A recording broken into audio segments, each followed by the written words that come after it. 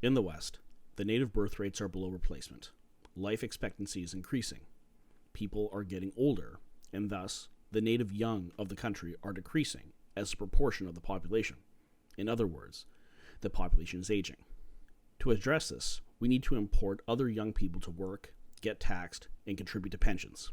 And finally, the majority of these people being imported happen to be of a different race and culture than the native population.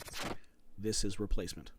The point isn't that the white race is being replaced by a particular race, but rather that the white majority nations in Europe and North America are having their native white populations dwindle as a proportion of the population, as the foreign-born population increases as a proportion of the population, and this is due to immigration and birth rates.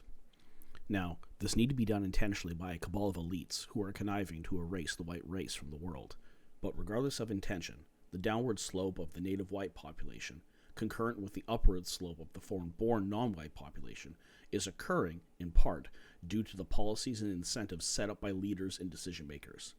So, there are people in charge, and they are making decisions, so there is at least some weak claim to intentionality. There are also some complicated issues about why native birth rates are so low.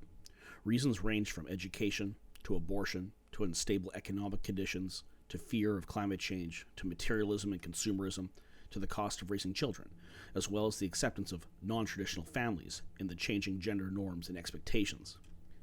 These all serve as explanations for points 1 through 5. Additionally, some of these are used simultaneously as achievements of a progressive society.